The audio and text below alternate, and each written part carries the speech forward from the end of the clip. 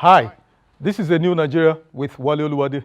This is your current affairs program where we critically examine the strategic issues bedeviling Nigeria's developmental aspirations and boldly offer practical suggestions on building the Nigeria of our collective desires.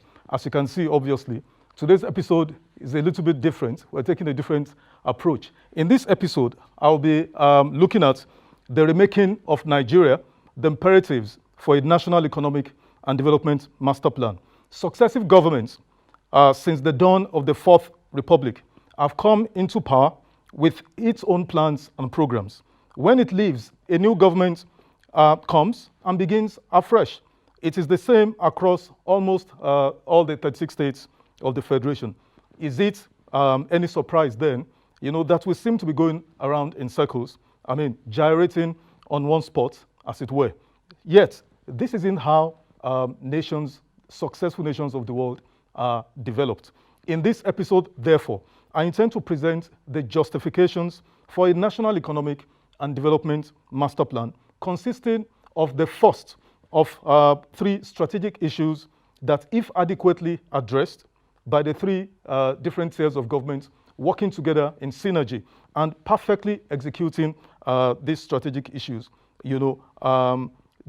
these issues, if adequately addressed, shall form the basis, of the rebirth of our nation that we also dearly loved. We'll take this short break, and when we return, I'll get right into this presentation. Please stay with us.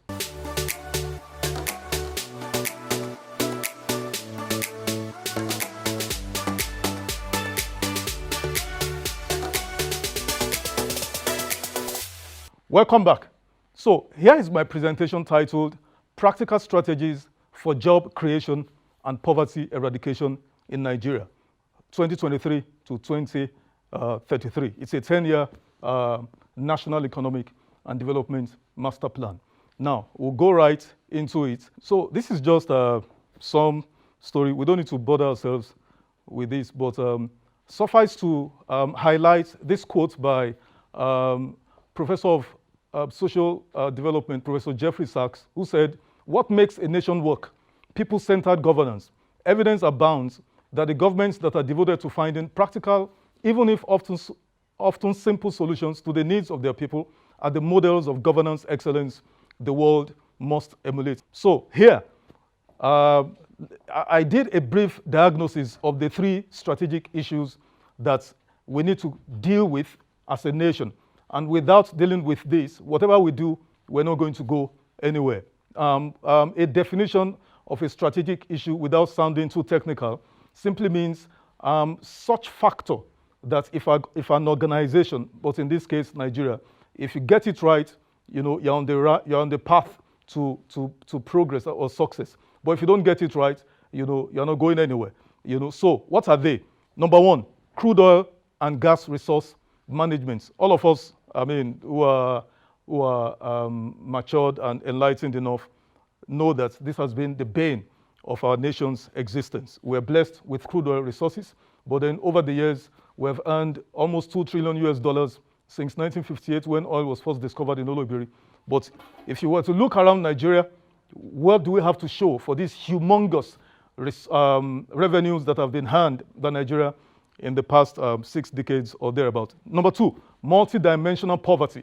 This is another strategic issue we have to deal with if we're going to make progress. And then number three, energy availability and sufficiency. These are the three strategic issues we have to deal with. So we're taking the first one, like I said earlier on in this presentation, which is multi-dimensional poverty time bomb. This new government of President Bola Ahmed Tinubu, like I said in the last episode of this program, I said, nobody wishes President Bola Ahmed Tinubu's success than myself. I'm not a politician, so I don't play politics on this platform. I'm interested purely in the progress and the success of Nigeria. It grieves my heart all the time when I see Nigeria, in its current situation, juxtaposed to all the other nations of the world that were at par with Nigeria at the point of independence. Nations such as Singapore, Malaysia, they've all gone, Taiwan and all the rest of that, but Nigeria has remained stuck on one spot, as it were. For as long as you have a government like the new one, who hasn't really spoken much about multidimensional poverty of almost 150 million Nigerians, then it seems, we haven't really gotten it. So we're briefly going to examine its implications and then what are my suggested solutions. That's what we're dealing with in this episode. Now, what are the many implications of multidimensional poverty in Nigeria? Nigeria has over 133 million of its citizens living in multidimensional poverty. This means they lack access to the basic opportunities and services which responsible governments provide: education, healthcare, jobs, housing, skills, safe, secure, and livable environment, etc. Some of the consequences of multidimensional poverty that are all evidenced across Nigeria are low per capita income, perhaps one of the lowest, even in Africa, talk less of the world. Number two, the GDP, of course, that's the first one. The GDP has stymied, in fact, regressed from $500 billion in 2015 to $440 billion thereabouts as of 2022. We have some of the lowest per capita income at 2028 as of 2022. You have 864 under 5 Nigerian children die annually from hunger and preventable diseases, according to WHO. We also have 20 million Nigerian children of school-going age out of school, according to UNESCO. High food shortages driven largely by the activities of bandits, terrorists, and kidnappers. That is, farmers can access their farms to do what they need to do to provide foods on the table of Nigerians. Then inflation rate is at an all-time high rate of 22.83. Food inflation, principally being a major driver of general inflation. Then you also have general unemployment about 33.5, while youth unemployment is way above the official 42 to 50%, according to the Nigeria Bureau of Statistics. Also, our tax to GDP rate of 10.86% is among the lowest, even among peer countries in Africa, where the average is about 16.5. Also, one of the implications of multidimensional poverty is that we have 100,000 deaths, and then 3 million internally displaced persons from between 2010 to 2022 due to high incidence of crimes and criminalities ravaging the entire nation's landscape, from banditry, terrorism, kidnappings, etc., according to these different bodies. The kidnapping industry is assessed about $100 million per annum in Nigeria, $100 million per annum in Nigeria, and still ongoing, are still growing, according to SBM intelligence. So the kidnapping crime industry, it has become an industry where people, go into to make money. Also, this is the one that most of us probably are more familiar with. We have high migration of skilled manpower, the Japa syndrome, to other climes. From between 2021 to 2023 alone, just 2 years, over 2,000 medical doctors have left Nigeria for other environments. Also, we also have threats of breakup or disintegration of Nigeria, the IPOB, ODUA, and all of that. Then also you have fragile political environments due to criminal monetization and low participation by majority of citizens. Just cast your mind back to the last elections of February this year. What was the percentage of Nigerians who participated in that election? About 25 million out of over 97 million Nigerians that were registered.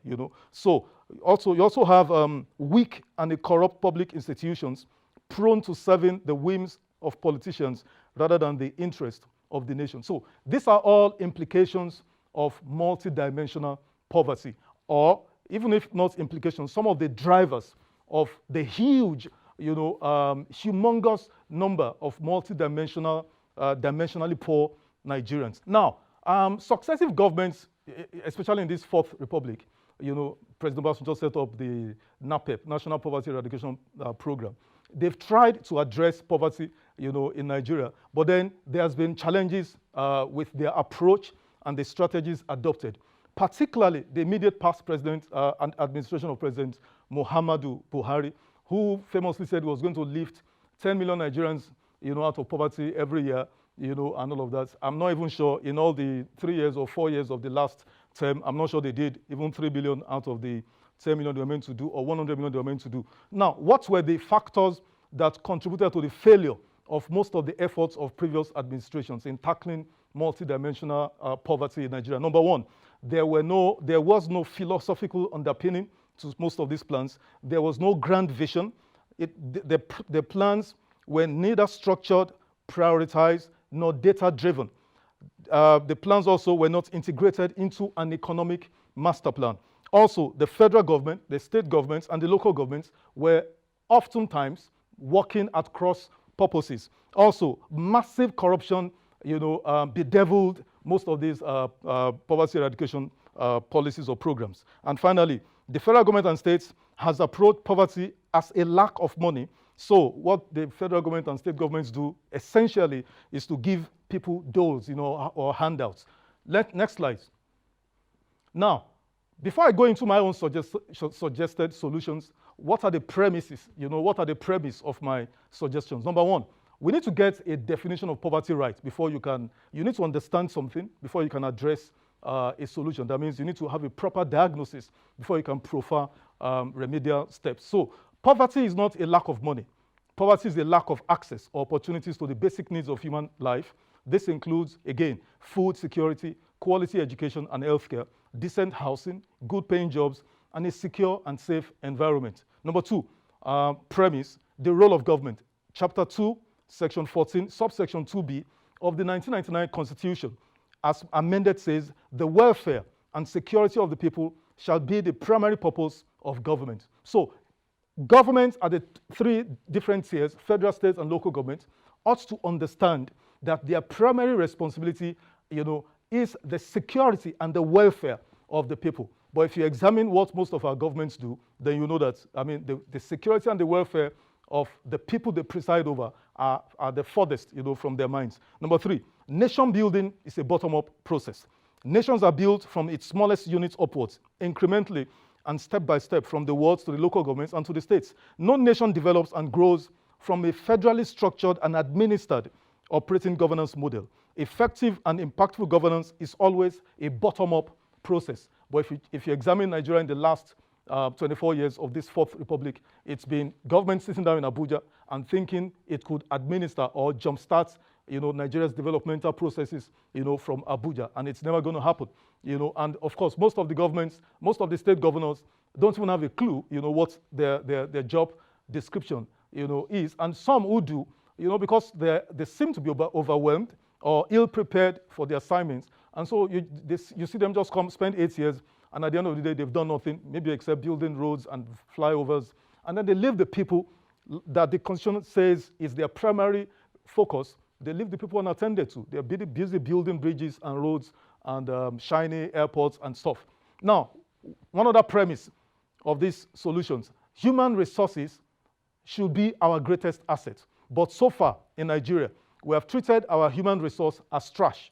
Every developed nation in the world has prioritized its human resources as its greatest assets. The resources of these governments are channeled, that is the financial and other resources of the governments of developed economies are channeled to meeting the needs and improving the quality of life of their citizens. Investing in our human assets guarantees our competitive edge in a highly knowledge-driven global economy. For as long as we treat our human resource, our people, from cradle to grave, as trash, for so long, shall Nigeria remain, a nation that is struggling, even amongst, smaller countries in Africa, least of all the world. Another premise is attaining economic self-sufficiency.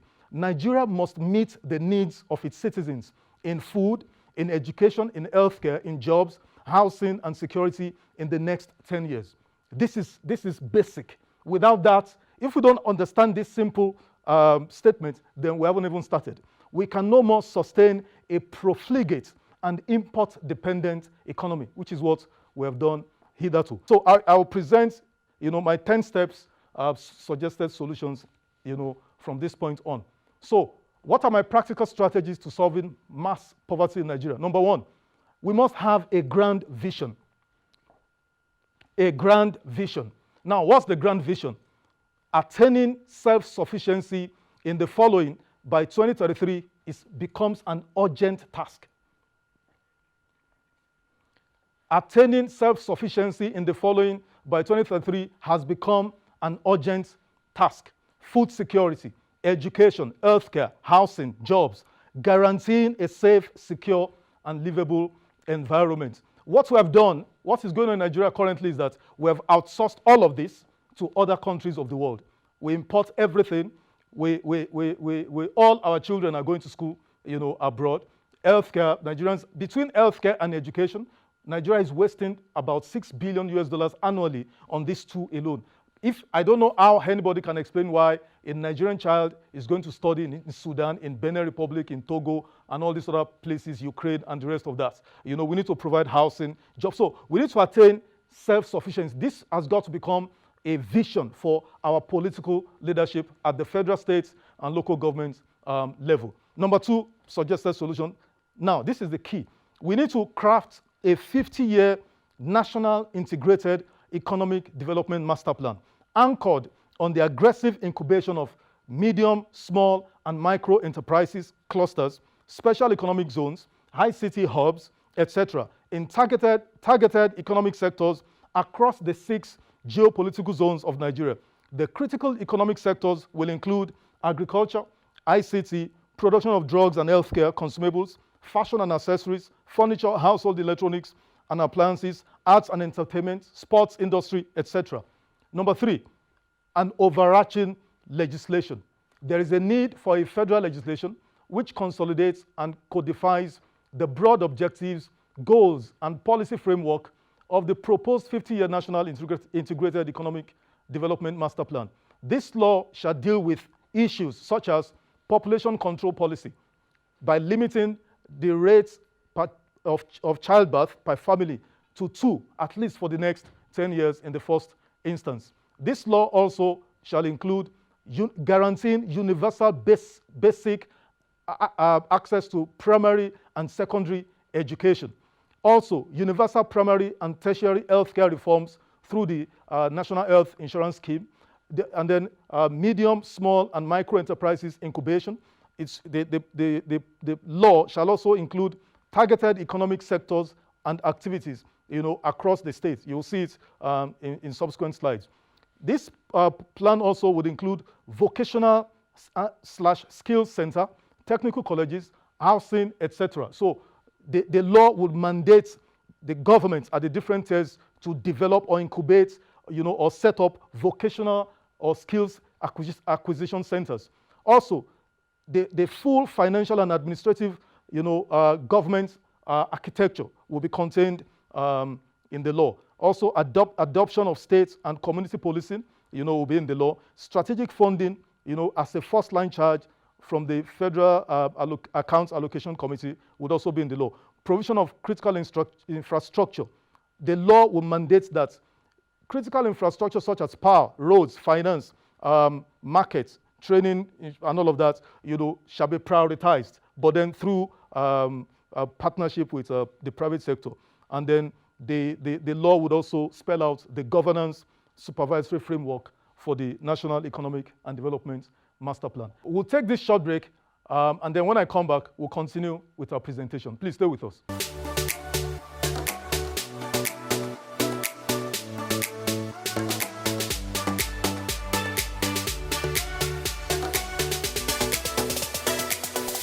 Welcome back. So I just talked on the third step on the need for a national legislation. Now, the fourth step in this presentation is strategic coordination, ensuring strategic coordination between the different tiers of government. Remember I said in the diagnosis of why previous efforts have failed, I said there was no coordination between the 3 different tiers of government. They were working at cross purposes. Everybody was doing whatever they wanted to do.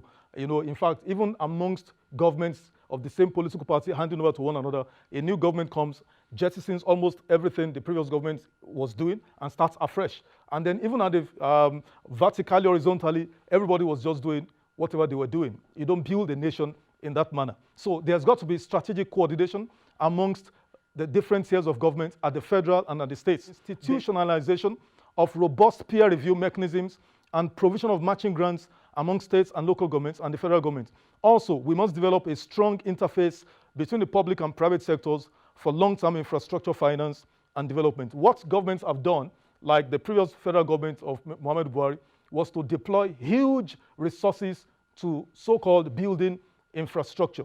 Now, the point is that when you have built this infrastructure, we could actually even interrogate the amounts claimed to have been spent on those infrastructure. If, the loans and the amount expended is actually commensurate to what we can see on ground, that's one argument. But the fact is that when you do that and you leave the people that the Constitution mandates are your primary responsibility, then what happens? Then you have a situation where the people left unattended to become to, attack this so-called infrastructure, vandalize them, as it were, because, they're angry at the state.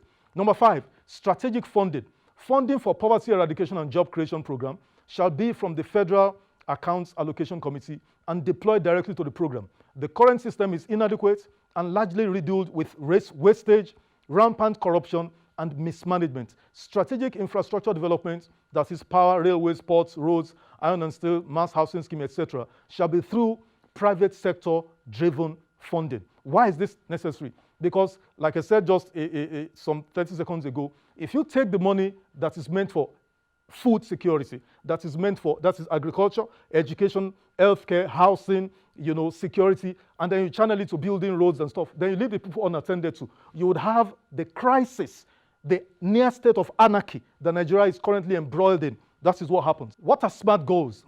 For this poverty, job creation and poverty eradication program, we have set up, I came up with some SMART goals to be achieved. What are they? Number 1, to grow our national GDP and per capita income to minimum $1 trillion and $5,000 respectively in the next 10 years, based on the assumption of a 10% minimum steady annual growth rate. That is in our GDP growth. Our GDP in the last 8 years under Buhari oscillated between minus 1.8 to 3.1%. If this economy is actually going to eradicate poverty and create jobs, we've got to have a minimum double-digit growth rate for our GDP. And not just growth of the economy, we must have development of the human beings. So that is our number 1 goal. Number 2 goal is to lift 10 million individuals out of poverty yearly through aggressive MSMEs incubation. Number 3, to remove 20 million out of school children from the streets in 1 year via executive order proclamation from day 1. Number 4, partner with states and local governments on building shelters for out-of-school children in every of the 8,812 wards in Nigeria. Number 5, process all these out-of-school children by complete biometric data capturing, education and skills needs gap analysis, etc. Why is that necessary? That's point 5. You have so many people so many kids roaming the streets of Nigeria. You don't know who they are. You don't know where they're from.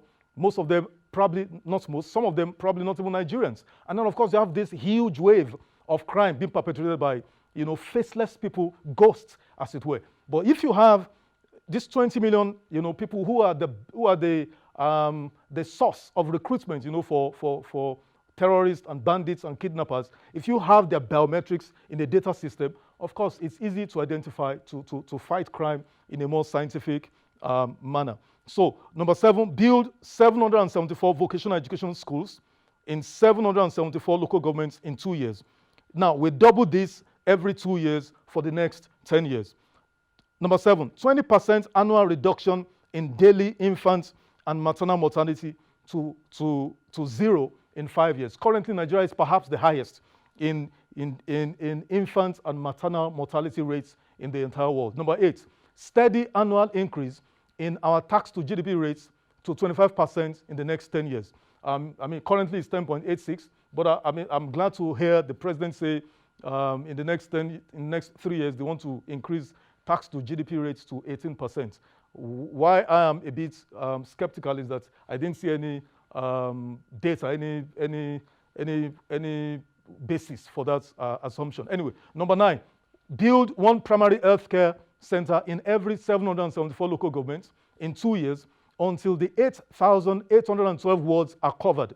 Ensure adequate staffing and supply. So it's not enough to have primary healthcare centers in all the wards or local governments. They must be properly staffed and adequately, supplied with materials. Number 10, build new primary and secondary schools in the 8,812 wards to increase the absorptive capacity of our pupils. Number 11, partner with states and local governments on enforcing proposed legislation on limitation of birth rates to 2 children per family for the next 10 years. This is very important because our population is growing exponentially while our economy, our GDP is growing, at a snail's snail's speed. So our population is far outstripping our economic growth. In the next, by year 2050, Nigeria is projected to hit the third largest population on earth, 450 million people. If we continue the way we're going, managing this economy, we're going to have a crisis. And that's why I said multidimensional poverty poses an existential threat, to Nigeria. So we're producing children who are getting sucked into the poverty, trap, the poverty vortex. We can't allow that to continue. So if we need to stop population explosion, at least for 10 years, so that we can grow our economy, then people can be allowed to resume, their prolific procreation thereafter.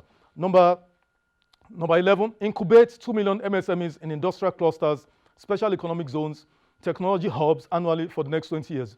Build police stations in every ward and ensure proper staffing from among locals with adequate equipment. There's so many wards in Nigeria where there is a complete absence of any form of federally recognized security. And that's why in Nigeria we have the highest rate of ungoverned spaces where criminals have taken over, our bushes, our villages and stuff. Number 14, engage, this is very important, engage the public-private partnership model in reducing huge infrastructural deficits by attracting 100 billion investment annually for the next 20 years in these sectors: crude oil and gas refining and exportation, power, roads, railways, ports, iron and steel, mass housing schemes, etc. I will talk about this later on in subsequent presentation. Now, that's the end of the program today. Remember to follow me on my different social media handles. Subscribe to my YouTube channel so you can watch this particular presentation and the others that are forthcoming. Drop your comments. I would love to hear from you, and I'll see you next time. Bye for now.